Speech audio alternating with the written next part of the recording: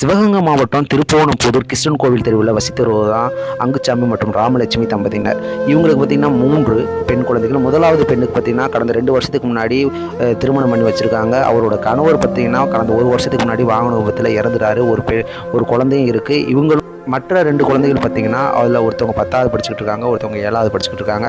10வது படிக்கிறவங்க இப்போ தான் பாஸ் பண்ணியிருக்காங்க. இந்நிலையில் இன்றைக்கி மதியம் பார்த்திங்கன்னா தோசை ஊற்றுறதுக்காண்டி அவங்க கேஸை பற்ற வைக்க போயிருக்காங்க. அப்போ பார்த்திங்கன்னா அந்த கேஸ்லேருந்து வர டியூப்பில் கேஸ் கசஞ்சிருக்கு. இவங்க லைட்டரை ஆன் பண்ணி பற்ற வச்சுருக்காங்க. தீயும் மழை எரிஞ்சிருச்சு. உடனே பயத்தில் பார்த்திங்கன்னா அடுப்பை மட்டும் ஆஃப் பண்ணிவிட்டு கேஸ் ஆஃப் பண்ணாமல் வந்துட்டாங்க.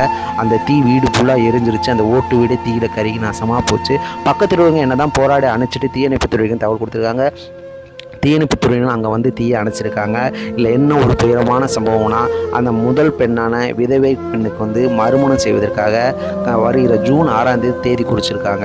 அவங்க திருமணத்திற்காக அந்த வீட்டில் வச்சுருந்த ஒரு 8 பவுன் தங்க நகை மற்றும் 3 லட்சம் ரூபாய், அத்துடன் சேர்த்து அந்த 10வது படிக்கிற பொண்ணோட மார்க் ஷீட், அப்புறம் அரசு ஆவணங்கள், துணிகள், மணிகள் அனைத்துமே தீயில எரிஞ்சு நாசமாக போச்சு.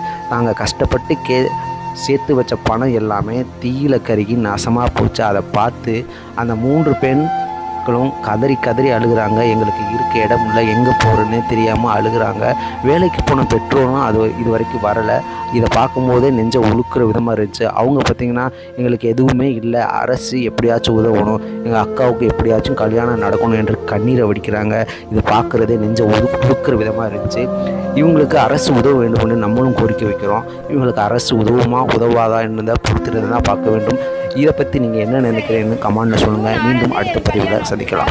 3 லட்சம் பணம் உள்ள இருந்துச்சு. நகை வேற இருந்துச்சு. நகை எல்லாம் உருகி போச்சு. திடீர்னு ஃபயர் ஆகி திடீர்னு வீடு இப்படி போச்சு. இருக்க கூட வீடு இல்லை. அடுத்த மாதம் கல்யாணம். என்ன பண்ணுறதுன்னு தெரியும். நீங்களே ஏதாச்சும் ஒரு வழி பண்ணணும். உள்ள நகை எவ்வளோ இருந்துச்சு? நகை எவ்வளோ இருந்துச்சு? எத்தனை பவுன் இருக்கும்? நகை 8 பவுன் இருந்துச்சு. 3 லட்சம் பணம் வேற இருந்துச்சு. சரி, பணம் எதுவும் எரிஞ்சிருக்கா? பணம் பாதி எரிஞ்சிருக்கு, பாதி எரியல. அவங்க முதல்ல இந்த பிள்ளை கல்யாணம் பண்ணிட்டு இந்த பையன் இறந்து திரும்ப செகண்ட் மேட்ச் 6ஆம் தேதி வச்சிருக்கோம். அதுக்கு தான் இந்த 8 பணம் சம்பாதிச்சு வச்சிருந்தோம். வட்டிக்கு வேற காசு வாங்கிருந்தோம். அப்பா திண்டுக்கல்ல வேலை பார்க்கறாரு. என்ன வேலை பார்க்கறாங்க? பால் கறக்கிற வேலை. நீங்க 3 பிள்ளைகள், அக்கா தங்கச்சியா?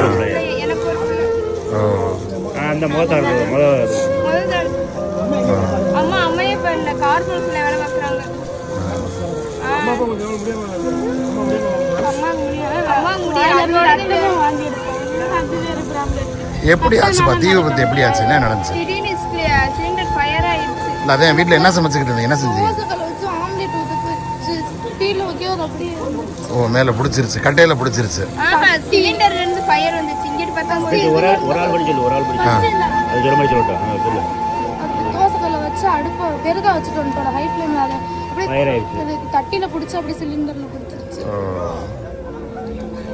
இந்த பணத்துல எது எரிஞ்சிருக்கா? எவ்வளவு எரிஞ்சிருக்கு? நிறைய பாதி எண்ணி பார்க்கல சொல்லு. இல்ல, பாதி பணம் எரிஞ்சு போச்சு. பாதி பணம் தான் இருக்கு. கறி இருக்கு, பாதி பணம் கறி இருக்கு. வாய்ப்புல எல்லாம் அப்படியே நகை ஃபுல்லா உருகி போச்சு. எங்களுக்கு நீங்க தான் ஏதாச்சும் ஒரு வழி பண்ணணும்.